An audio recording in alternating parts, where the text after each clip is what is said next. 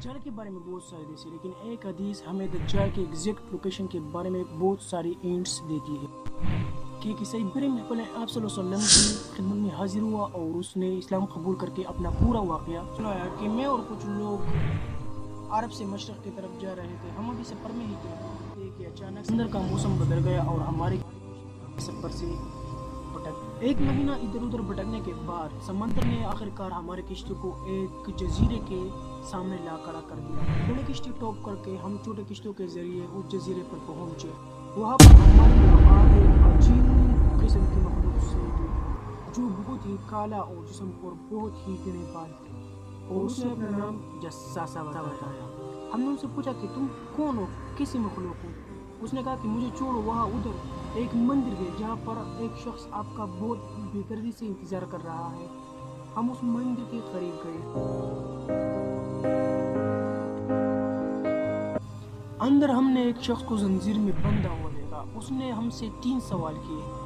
Number 1 कि हमें बेसान के दरख्तों के बारे में बताओ, क्या उसमें फल आते हैं?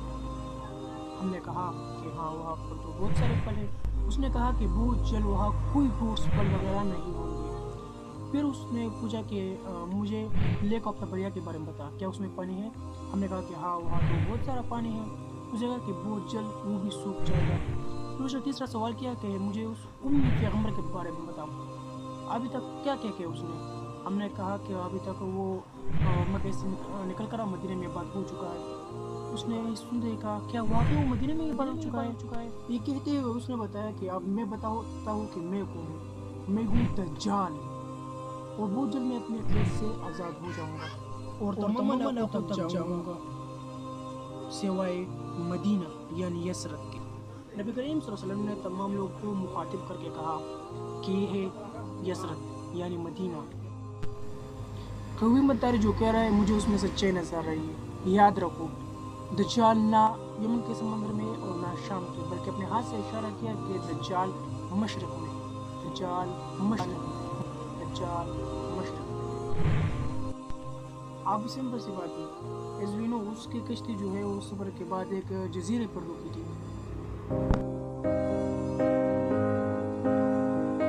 So let's just find down all the islands east of Medina. Medina के ईस्ट में this the famous Arabian sea और इसमें कुल 4 जजीरे पाए जाते हैं। The Shwetdweep island and India, Kotra island and यामसीरा island and Oman and Astola and Pakistan. हदीस में क्लियरली फरमाया गया है कि दज्जाल यमन के समंदर में नहीं होगा। तो ये 2 आइलैंड तो निकल गए।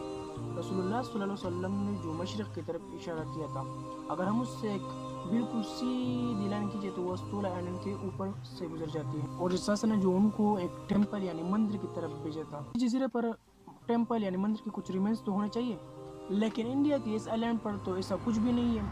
लेकिन पाकिस्तान के आइलैंड में पता है क्या है? मंदिर है।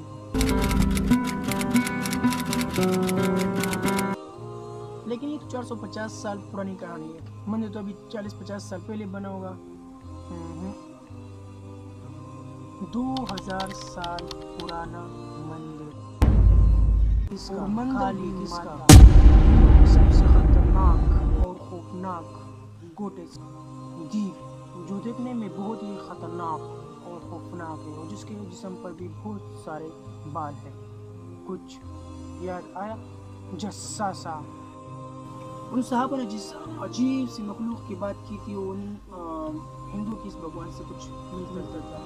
लेकिन अगर आज आप अस्तुल आइलैंड जाए तो आपको वहाँ पर दज्जाल नहीं मिलेगा। वो आज़ाद हो चुका है, नहीं ये तो नहीं पता, लेकिन ये जो जस्सासा है इसको गौर से देखें।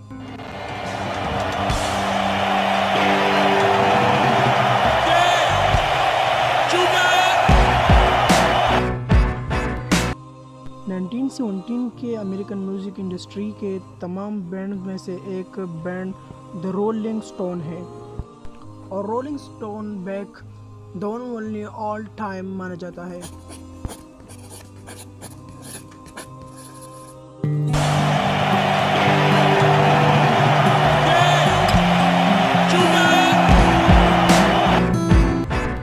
वन वे और अदर दज्जाल के जज़ीरे वल जस्सासा का म्यूज़िक इंडस्ट्री और फिल्म इंडस्ट्री में शेप करने का बहुत बड़ा हाथ है। coincidence or what not?